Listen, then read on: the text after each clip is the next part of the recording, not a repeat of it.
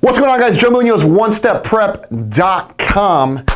Hope you're doing well. Hope your family's well. I want to talk to you in this video about aircraft similarities. Aircraft similarities, and if you see me looking back and forth, it's because we have two cameras going in the studio here. We've got you all here on this HD cam. We've got the YouTube live stream off to my right. So we're multitasking up in the 1SP family, all right? So let's talk about some aircraft similarities specifically.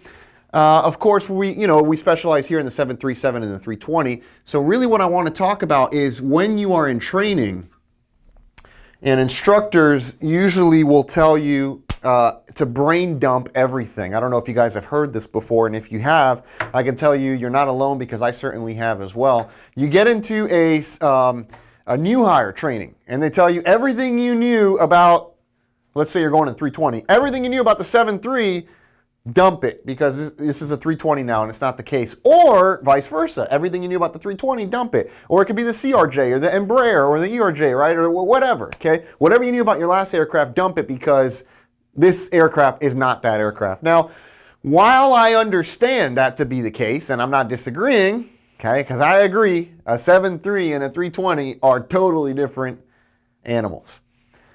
What I would like you to consider is before you dump stuff, think about the similarities first, and there's a lot, because I'm going to give some little golden nugget to you, if you will.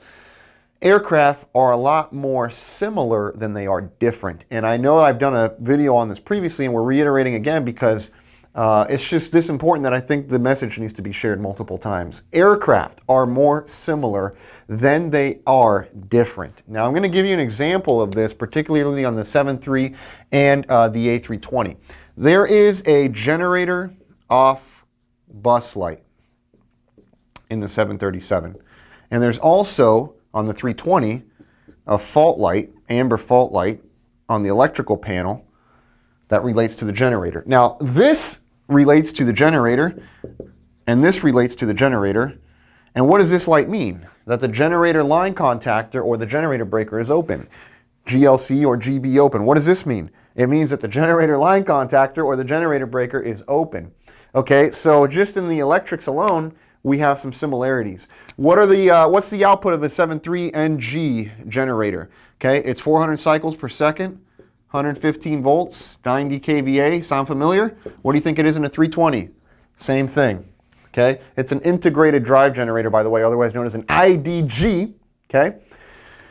Let's talk about another similarity between these. We have fixed and variable thrust modes. You guys hear me talk about this a lot. Fixed and variable thrust modes. In the 737, if you're at 5,000 feet and I say, Trainer 1, climb and maintain 7,000. Trainer 1, climb and maintain 7,000. You're in a 7.3. What are you going to do? Those of you that fly the 7.3 drivers, talk to me, man. You're going to set 7,000, and then you're going to push what button? Probably level change. Now, there's other ways you can get there, right? But you're going to push level change. And what's going to happen when you push level change? Well, thrust is going to advance to the climb thrust value, and your nose is going to pitch up, and your pitch is going to vary to maintain speed. Talk all about this in various videos, right? Now, in a 320, what am I going to do, right? Well, something similar, right? Climb and maintain, Trainer 1, climb and maintain 7,000. I'm going to go to the FCU, flight control unit, which is basically the MCP or the mode control panel, and I'm going to set 7,000. And instead of pushing level change, I'm going to pull for open climb. And open climb equals level change.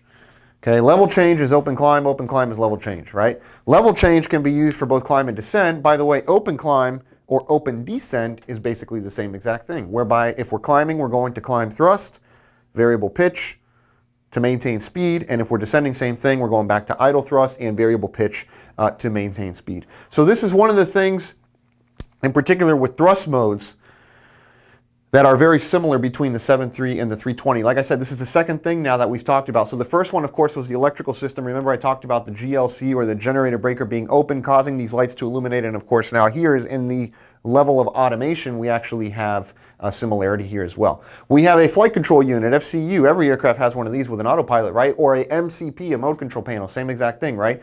There's various ways, okay, that we can do engine starting. Everything from external power, we can do the APU, external air, excuse me, we can do the APU, right? And the configuration on the panel is literally the same exact thing. You have a cross bleed valve, you have an isolation valve in the case of a 7.3, right? So it's basically the same thing. And so what are some of the differences then, Joe? Where do people actually start to get hung up on things? Well, the laws, okay? Let's talk about the 320 for a minute. The flight control laws, huge problem usually for people, particularly if they're coming off the 7.3. Why? Because the way this thing works is you have a side stick, okay?